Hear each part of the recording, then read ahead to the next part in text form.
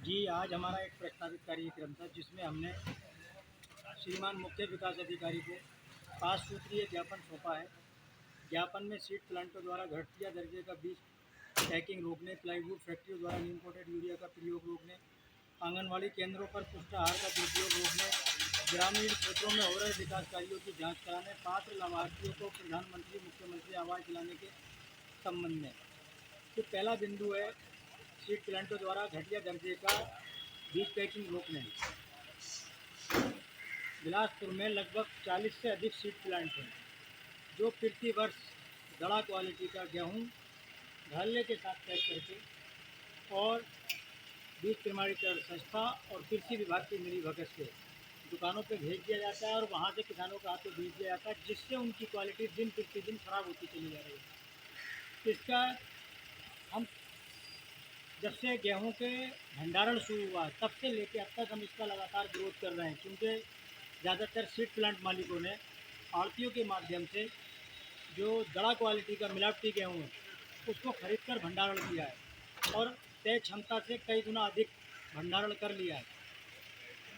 अब उसकी प्रोसेसिंग का कार्य चल रहा है और प्रोसेसिंग में कोई इस तरह का वो नहीं है जो कि उसका मिलावट की जांच की जा सके। कोई भी बीज प्रमाणीकरण संस्था और कृषि विभाग हाथ पर हाथ रख के तमाशा देख रहे हैं। जब इस मामले को ज़्यादा उछलता देखा तो बीज विकास संघ, बीज उत्पादक संघ कुछ किसान नेताओं को अपने साथ लेकर और उन्होंने खानापूर्ति ये करने की कोशिश की, ये दिखाया कि हमारे यहाँ पर जो है सारे सीड प्लांट जो है बढ़िया क्वालिटी का गेहूँ पैक कर रहे हैं और ये इस तरह से, और उनसे अपने पक्ष में बयान भी दिला रहे हैं। जबकि किसान को इस बात का अगर पता हो तो वो खरीदते समय ही नहीं चेक कर ले कि इसमें मिलावट का है या नहीं है मिलावट का।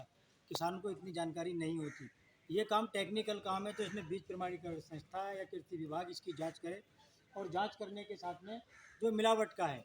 तो अब जो है ये आंदोलन हमारा खामोश मतलब करने की कोशिश की गई है। कृषि विभाग और बीज प्रमाणीकरण संस्था को चुप कराने के लिए उन्होंने ये फंडा रचा है कि किसी तरकीब से कुछ किसान नेताओं से बयान दिलाकर अपने पक्ष में, क्योंकि बीज प्रमाणीकरण संस्था पूरी तरह बिकी हुई है और जो बीज उत्पादन संघ है वो उसकी पहुंच बहुत ऊंची है। वो अपने पैसे के दम पर लोगों को मुंह बंद करा सकता है। किसान नेताओं को कुछ किसी दबाव में लेके उसने मतलब कहते काम करने की ये कोशिश की है, जिसको अब बर्दाश्त नहीं किया जाएगा। और दुकानों पर जब ये गेहूँ पहुँचेगा तो वहाँ पर जाके हम किसान यूनियन के लोग छापामार कार्रवाई करेंगे कृषि विभाग को साथ में लेकर, और जहाँ पर भी उसका मतलब कहते हैं नमूने संग्रहित कराएंगे।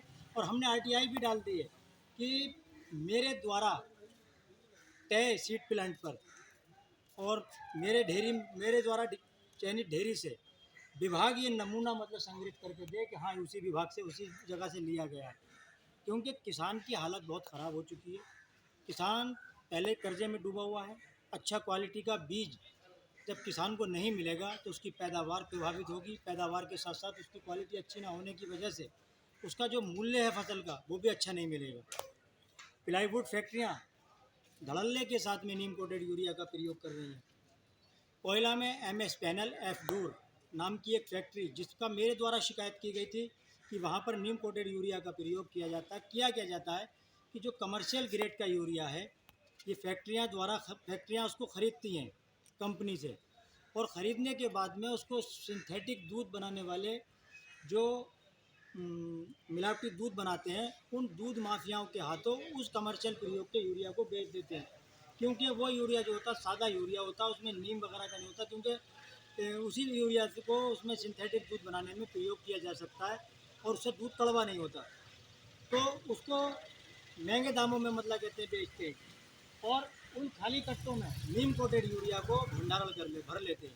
और भरने के बाद में अगर कोई भी अधिकारी जाके जांच करता है तो क्योंकि उसका बिल भी नीम कोटेड उसका कमर्शियल प्रयोग का है, वो इसी जब मैंने इस तरह की शिकायत की तो जिला कृषि अधिकारी ने मौके पर जाकर जांच की और जांच करने में उन्होंने मतलब पकड़ा कि हाँ जो नीम कोटेड यूरिया कमर्शियल प्रयोग के कट्टों में भरा हुआ था। और उसमें जब नमूना उसका लैब को भेजा गया उसमें वो पाया गया, लेकिन उस फैक्ट्री मालिक की ऊंची पहुंच के कारण उसके खिलाफ मुकदमा दर्ज न कराकर केवल सप्लायर कंपनी के खिलाफ मुकदमा दर्ज कराया, जबकि असल दोषी वो फैक्ट्री मालिक है। जनपद के सभी आंगनवाड़ी केंद्रों में जो पुष्टाहार कुपोषित बच्चों और गर्भवती महिलाओं को दिया जाता है उसका बंदरबांट किया जा रहा है। ज़्यादातर पुष्टाहार ना होकर वो पशु आहार बन गया है। सारे पुष्टाहार को पशुपालकों के हाथों बेचा जा रहा है और कुपोषण का शिकार पूरा जिला होता चला जा रहा है। तो इस संबंध में जांच की मांग की गई है।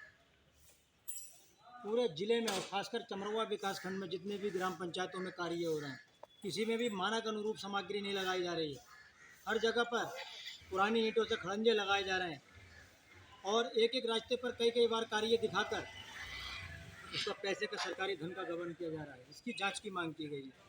पूरे ज़िले में बहुत से लोग ऐसे हैं जो आज भी झुग्गी झोंपड़ी में कच्चे मकानों में रह रहे हैं, दूसरे के मकानों पर रहकर अपना जीवन यापन कर रहे हैं और प्रधानमंत्री मुख्यमंत्री आवास के पात्र हैं, लेकिन क्योंकि उनके पास देने के लिए सुविधा शुल्क नहीं है, इसकी वजह से वो लोग जो हैं आज भी